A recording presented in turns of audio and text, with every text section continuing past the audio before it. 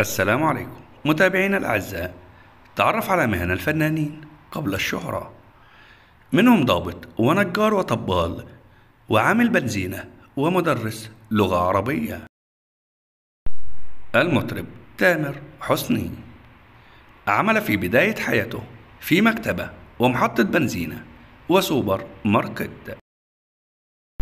الممثل أشرف عبد الباقي كان يعمل في مجال تركيب شبابيك ومطابخ ألمونتال وفي مجال هندسة الديكور. الممثلة داليا البحيري كانت مرشدة سياحية وعملت موديل في كليبات، وظهرت مع المطرب علي الحجار في كليب عيون كحيلة. الممثل كمال الشناوي عمل مدرسا للرسم قبل التحاقه بالفن. الممثل محمود مرسي كان يعمل مدرسا لمادة الفلسفة في مدارس الثانوية. الممثل فريد شوقي كان موظفا في مصلحة المساحة.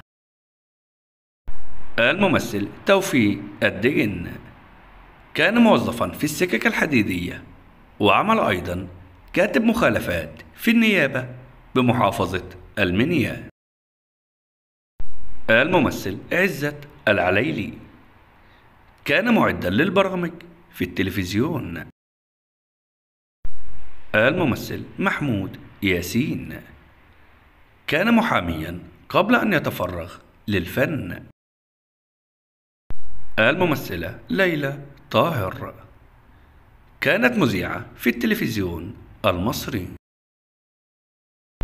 الممثل خالد صالح كان تاجر حبوب قبل تفرغه للفن، وعمل بعد ذلك في محل حلويات.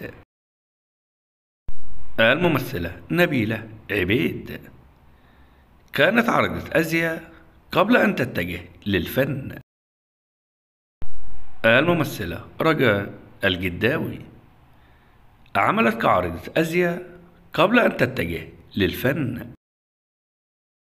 الممثل نور الشريف كان لاعب كرة قدم في نادي الزمالك. الممثل يوسف الشريف كان لاعب كرة قدم في نادي الأهلي.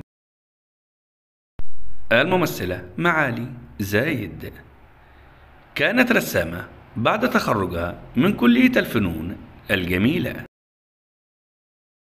الممثلة نعيمة عاكف بدأت حياتها راقصة في السيرك. المطرب كاظم الساهر كان بائع آيس كريم في فصل الصيف، كما عمل بعدها مدرس لمادة التربية الفنية في مدرسة الموصل. المطرب وائل كافوري كان يعمل حلاق رجالي. الممثل أحمد عز كان يعمل في مجال عروض الأزياء. الممثل أحمد السقا كان لاعب كرة قدم في نادي الزمالك قبل أن يترك الكرة ويتفرغ للفن. الممثل محمد عبد الرحمن كان يعمل في سوبر ماركت ومحل قطع غيار سيارات وبنزينة على الدائري. المطرب صباح فخري كان مؤذن في مسجد. الممثلة إسعاد يونس كانت مرشدة سياحية. الممثلة غادة إبراهيم كانت بائعة في محلات والدها بالإسكندرية. المطرب راغب علامة كان يعمل في مجال تصليح المكيفات. المطربة باسكال مشعلاني كانت مضيفة في أحد المطاعم. المطرب الشاب خالد كان يعمل في غسيل السيارات. انتهى الفيديو. شكرا لكم.